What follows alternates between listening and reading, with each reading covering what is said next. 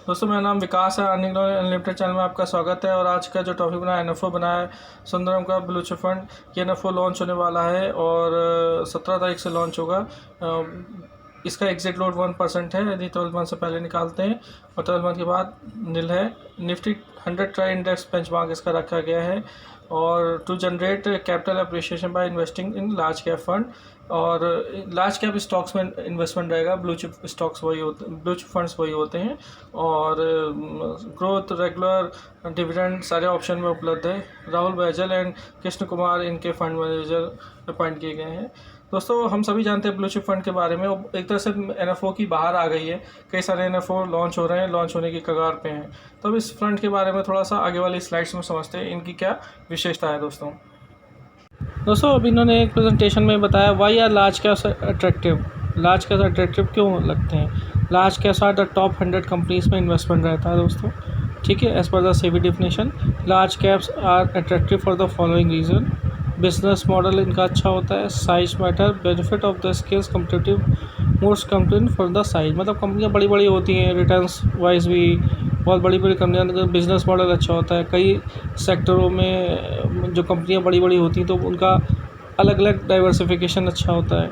Stability across business cycles, management bandwidth, strong balance sheet जो मैंने अभी पहले बताया था, high liquidity and well research universe, ठीक है। ये मतलब चूँकि बड़ी कंपनियाँ होती हैं तो उनकी रिसर्च टीम भी बहुत अच्छी होती है। तो एक रीज़न ये हो सकता है लार्ज कैप अट्रैक्टिव होने का। लार्ज कैप में जहाँ तक मुझे आइडिया है, लार्ज कैप में नुकसान होने की संभावना कम रहती है। उतना रिटर्न भी नहीं मिलता जितना बहुत ज़्यादा एक्सपेक्टेशन। अगर आप 15-20% का एक्सपेक्टेशन करेंगे तो एक पर्टिकुलर समय पे तो आ जाता है, बट लॉन्ग टर्म में 20 साल 15 साल के लिए नहीं आएगा, ठीक है दोस्तों। तो इस लार्ज कैप तो हमेशा पोर्टफोलियो में, अगर मेरी मान के चलिए अगर 10,000 का इन्वेस्टमेंट करना है तो 3-4 हज़ार रुपये तो होने ही चाहिए लार्ज कैप फंड में, ठीक है दोस्तों। अब थोड़ा सा आगे समझते हैं दोस्तों। इनका ब्लू चिप क्वालिटी जो स्टॉक सिलेक्शन होगा उसका थोड़ा सा इन्होंने बताने की कोशिश करी है। जैसे क्वालिटी ऑफ मैनेजमेंट क्वालिटी उसका होना चाहिए। अगर किसी का कंपनी का मैनेजमेंट क्वालिटी का है तो उसका परफॉर्मेंस उसमें दिखती है, उस कंपनी के, ठीक है, रेवेन्यू में दिखती है। दूसरा क्वालिटी ऑफ बिजनेस मॉडल ऐसा हो जो आने वाले समय में जहाँ पर ज़्यादा लोग कमाई कर सकें, ठीक है, जो कम डेट से काम चला सके, ऐसी कंपनियों में इन्वेस्टमेंट करने की कोशिश करेंगे। क्वालिटी ऑफ फाइनेंशियल स्थिति हमेशा इंपॉर्टेंट होती है, जैसे कि balance sheet, profit and loss statement, ये बहुत मायने रखता है। ये तो पूरी स्थिति बता देता है किसी भी कंपनी की। तो ये एक सबसे बड़ी वजह होती है। अट्रैक्टिव आरओई, ठीक है, स्ट्रॉन्ग कैश फ्लो जनरेशन, ठीक है। ऐसा नहीं कि पैसा फंसा हुआ है ना, डेट उस पर बढ़ते जा रहे हैं किसी कंपनी पे, तो ऐसी कंपनियों को अवॉइड करने की कोशिश करेंगे स्टॉक सिलेक्शन में। ऐसी कंपनियों को लेंगे जिनका बैलेंस शीट बेटर हो दोस्तों, ठीक है। अब आगे वाली स्लाइड्स में कुछ समझते हैं हम लोग।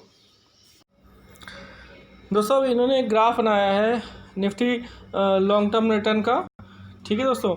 लगभग 11% का CAGR निकाला है लास्ट 15 से 20 साल में। अगर हम फाइनेंशियल 2020 तक की बात करें तो 11,338 करोड़ के आसपास लार्ज कैप में इन्वेस्टमेंट है। धीरे धीरे बढ़ता जा रहा है। अब लार्ज कैप कंपनी जो होती है, लोगों का ये थोड़ा मानना भी हो रहा है कि ये रिटर्न जब कोविड जैसे दौरान इस तरह की चीज़ें होंगी तो रिटर्न तो नेगेटिव देगा, लेकिन कवर भी कर लेगा। उस हिसाब से नेगेटिव नहीं देगा जिससे मिड कैप और स्मॉल कैप 50% 60% रिटर्न नेगेटिव आ जाता है, ठीक है दोस्तों। तो एक तरह से आपका पैसा सिक्योर रहेगा। तो लार्ज कैप मेरा हमेशा मानना है कि अगर आप पोर्टफोलियो मैनेज कर रहे हो तो 30% 40% लार्ज कैप में या 25% के आसपास लार्ज कैप में रख सकते हैं आप, क्योंकि वहाँ थोड़ी सी ये सिक्योरिटी रहेगी कि पैसा आपका थोड़ा बहुत सिक्योर में लगा रहेगा दोस्तों। लेकिन मेरा हमेशा मानना है कि जब भी इन्वेस्टमेंट करें तो अपने सलाहकार की सलाह जरूर लें, चाहे एनएफओ हो या कोई भी हो। अब एनएफओ में एक बस ड्रॉबैक होता है, जैसे मैं हमेशा पहले से कहता रहा हूँ कि इसमें स्टॉक सिलेक्शन कहीं दिखा नहीं होता है। जो इन्होंने बताया है वो हमें मानना पड़ेगा, ठीक है दोस्तों। लेकिन हाँ, लार्ज कैप में इन्वेस्टमेंट हमें करना चाहिए।